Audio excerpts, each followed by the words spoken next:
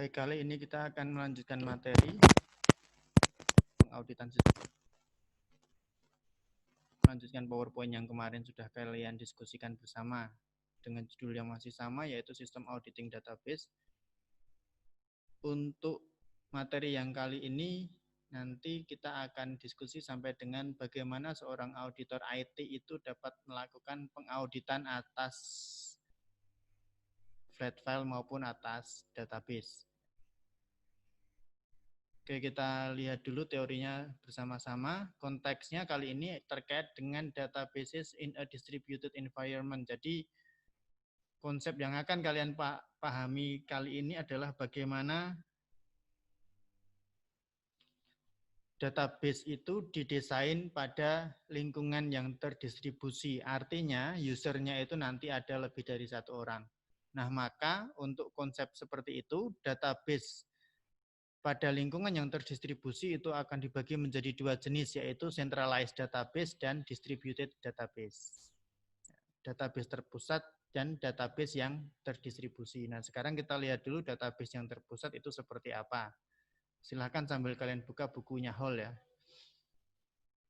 Oke. The first approach involves retaining the data in a central location. Jadi kalau centralized database itu konsepnya adalah basis data itu akan ada di lokasi yang terpusat istilahnya. Nah, maka bagaimana cara kerjanya? Cara kerjanya poin yang kedua ini. Remote IT units send request for data to central site, which processes the request and transmit the data back to requesting IT unit. Jadi nanti cara kerjanya adalah unit-unit IT yang membutuhkan akses terhadap database akan mengirimkan request dulu ke central site-nya ini. Central site ini katakanlah adalah pengelola database-nya.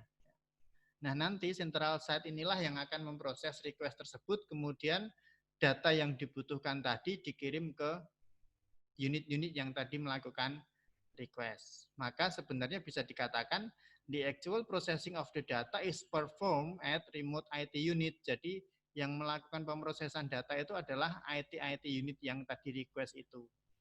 Kalau central site itu tugasnya hanya mengelola permintaan atas data.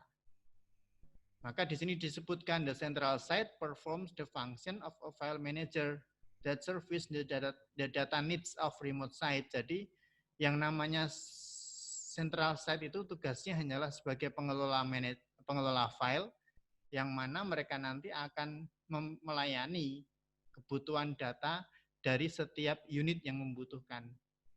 Maka bagannya jadi seperti ini, ada di gambar 4.15. Jadi ada dua pihak ya di sini ya.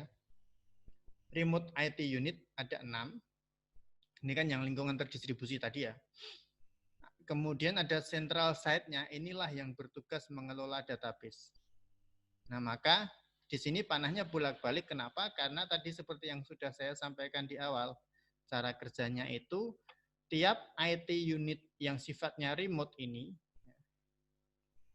yang bisa jadi ada, katakanlah ada jarak gitulah ya, dari jarak jauh terhadap central site-nya, akan mengirim request, mengirim permohonan untuk mengakses database ke central site. Central site inilah yang nanti akan memproses request itu, kemudian datanya dikirim balik ke setiap pihak yang melakukan request. Ceritanya seperti itu kalau database-nya itu terpusat.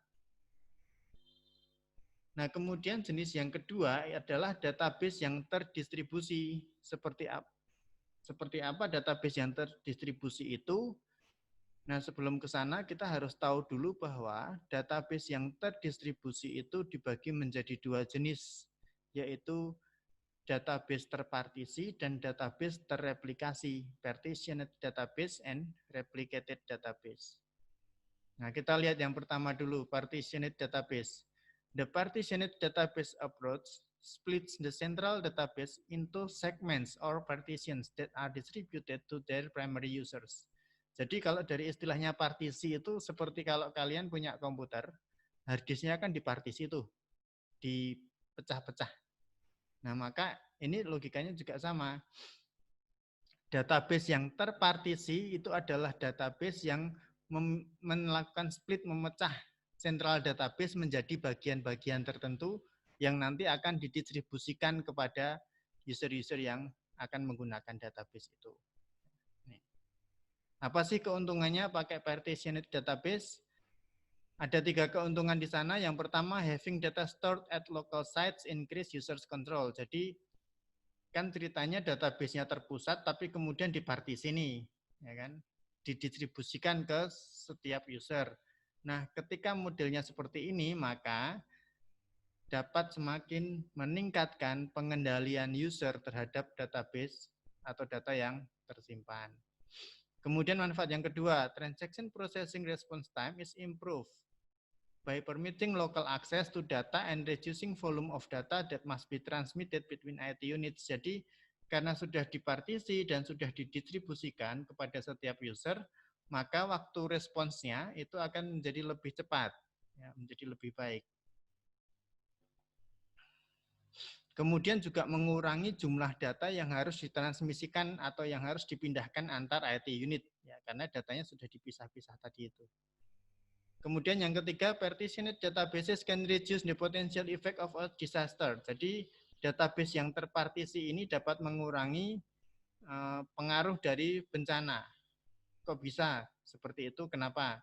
Nah, di kalimat berikutnya ini, by locating data at several sites, the loss of a single IT unit does not eliminate all data processing by organization. Jadi karena datanya itu sudah disimpan di beberapa tempat, maka ketika terjadi bencana, perusahaan itu akan semakin kecil kehilangan data secara keseluruhan. Jadi kalau ada satu data yang hilang, masih ada di data yang di tempat yang lainnya. Nah, maka gambarnya seperti ini. Partitioned database. Site 1, primary user of data A dan B. Jadi ada 3 user nih di sini. Ya kan? Data A, B, itu site 1, site 2 data CD, site 3 itu data EF. Jadi central database-nya sudah dipartisi seperti ini. Oke, itu untuk yang pertama. Kemudian yang kedua, replicated database. Sedikit berbeda dengan yang tadi, meskipun konteksnya sama-sama terdistribusi ya, karena masih bagian dari distributed database. Replicated databases are effective in companies where there exists a high degree of data sharing but no primary user. Since common data are replicated at IT unit site, the data traffic between sites is reduced considerably. Jadi kalau kalian lihat dari gambarnya, di gambar 4.18, yang namanya replicated database atau database yang terreplikasi itu berarti di setiap site-nya itu akan punya semua data. Jadi datanya direplikasi. Apa ya istilahnya replikasi itu ya, kayak di cloning gitulah ya. Maka di sini dari gambarnya baik site 1, site 2 maupun site 3 semua akan punya database yang sama A, B, C, D, E, F. Kalau tadi kan yang partisi itu datanya dipisah-pisah nih. Site 1 tadi hanya ada data A, B, site 2 ada C, D, site 3 E, F. Nah, kalau di partitioned database, replicated database, setiap set punya data yang sama, maka tadi disebutkan di sini no primary user, tidak ada user utama di sana karena semuanya sama datanya. Nah, itu bedanya antara partitioned dan replicated. Jadi kalau partisi tadi berarti datanya dipisah-pisah, dipecah-pecah. Kalau replicated berarti database-nya direplikasi dan di-share ke setiap bagian.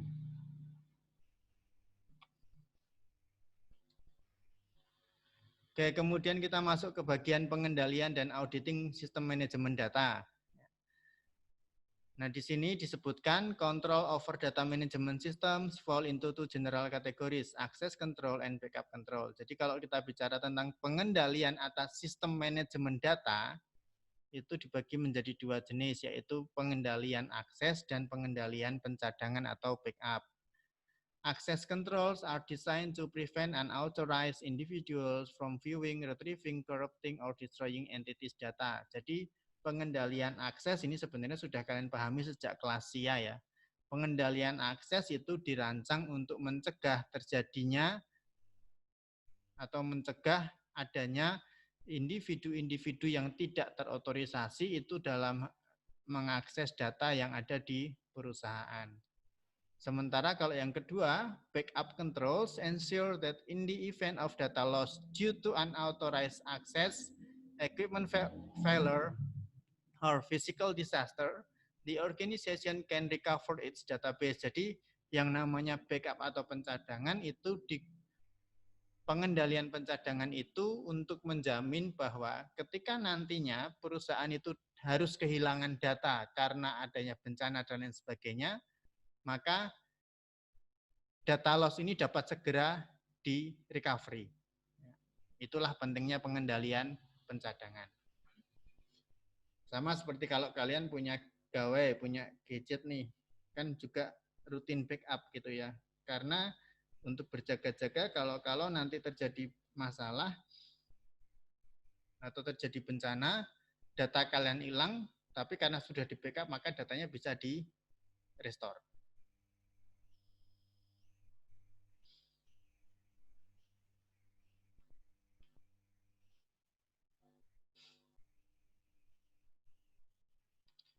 Oke, kalau kita bicara tentang controlling data management system atau pengendalian sistem manajemen data, terutama pengendalian akses, maka nanti ada beberapa pengendalian yang bisa kita bahas bersama. Pengendalian yang pertama di sini adalah user view atau sering disebut subskema.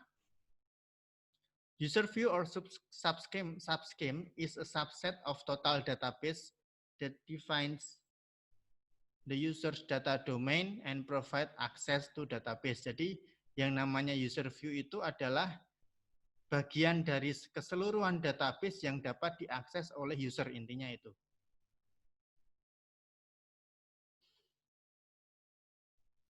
Nah, siapa yang bisa mendesain subskema ini? Di poin yang kedua disebutkan di sana, in a centralized database environment, the database administrator has primary responsibility for user view design. Jadi yang mendesain user view, yang mendesain si user A ini bisa melihat data yang mana, user B bisa melihat data yang mana, itu adalah orang yang bekerja sebagai database administrator. Tetapi dia juga akan bekerja sama dengan user karena untuk penentuan itu, ya user A ini bisa melihat yang mana dan seterusnya, serta juga bekerja sama dengan sistem designer. Nah, kemudian poin yang ketiga ini, although user view can restrict user access to limited set of data, they do not define task privileges such as read, delete, or write. Nah, yang perlu dipahami adalah yang namanya user view ini, kalau di poin ketiga itu intinya adalah user view itu hanya berkaitan dengan data apa yang bisa diakses user. Jadi user view tidak dalam rangka menentukan user ini bisa ngapain aja terhadap data, itu bukan urusannya user view, itu nanti ada pengendalian yang lain. Itu yang harus dipahami. Jadi user view itu hanya menentukan data mana saja yang bisa diakses oleh user.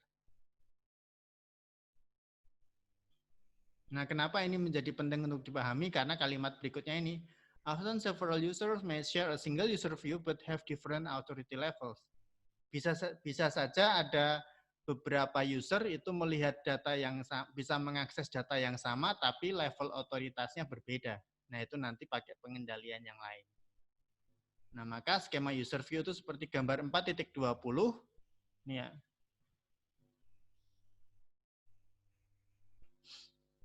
Katakanlah di sini ada beberapa user nih. Kita lihat aja misalnya Smith, Jones, and Adams. Smith, Jones, and Adams ini user view-nya sama. Account number, customer name, account balance, credit limit. User view itu bagian dari skema, maka disebut subskema. Skemanya apa? Dalam database ini, skemanya adalah data nomor akun, data nama pelanggan, data saldo yang masih ada, data batas kredit, dan seterusnya. Ini skema. Jadi semua data yang ada dalam database itu disebut skema. User view itu bagian dari ini, maka tadi disebutkan user view itu adalah suatu set yang merupakan bagian dari keseluruhan database. Artinya, dari semua skema yang ada di sini, 3 orang ini, Smith, Jones, dan Adams, hanya bisa melihat sebagian data. Nah, itu yang namanya user view.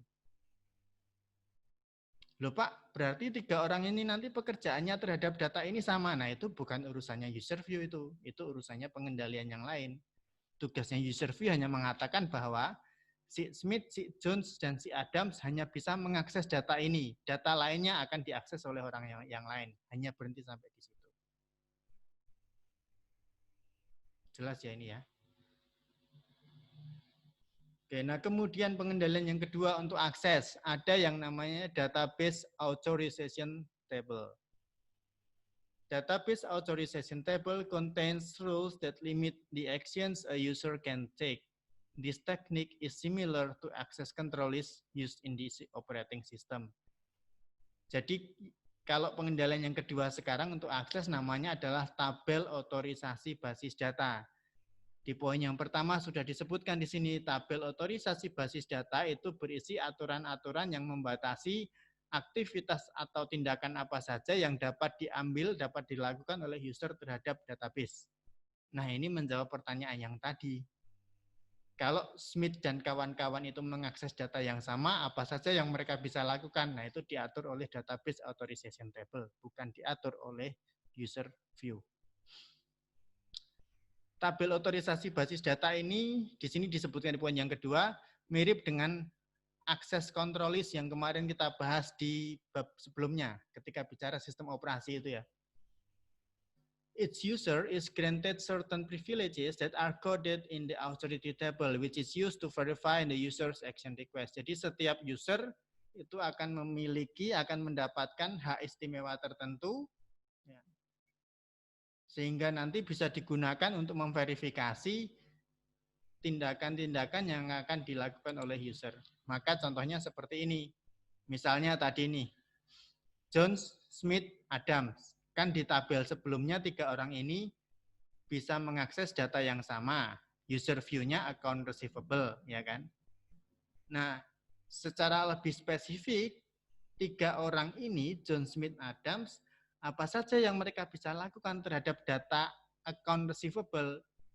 Tabel otorisasi database mengatur itu semua. Misalnya, Jones. Jones ini semuanya Y, actionnya yang diizinkan. Read yes, insert yes, modify yes, delete yes. Artinya apa? Artinya terhadap data, terhadap user view, account receivable, si Jones punya otorisasi untuk membaca data account receivable, menambahkan data account receivable yang baru, memodifikasi account receivable data yang sudah ada, atau bahkan menghapus data account receivable. Sementara Smith sedikit berbeda. Di sini kalau dilihat, yang yes hanya read, sisanya N atau no. Artinya apa? Artinya terhadap data yang sama, account receivable atau piutang, Smith itu hanya bisa membaca data yang sudah ada. Boleh nggak si Smith menghapus data? Tidak boleh, karena tabelnya mengatakan ini N.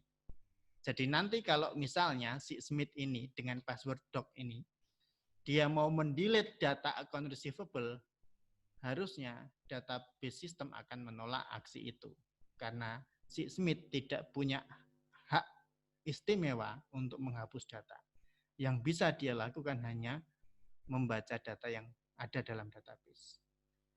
Si Adams, orang yang ketiga, dengan user view yang sama, dia bisa membaca data yang ada di database, bisa juga menambahkan data yang baru, tetapi tidak bisa memodifikasi dan tidak bisa menghapus data. Nah, ini contoh database authorization table. Nah, jadi kalau user view itu hanya bicara tentang data apa yang bisa diakses, nah pengendalian yang kedua, database authorization table ini bicara tentang apa saja sih yang boleh dilakukan user terhadap data yang sudah menjadi hak mereka. Maka tadi disebutkan yang bisa menentukan ini database administrator bekerja sama dengan user ya, dan yang lainnya.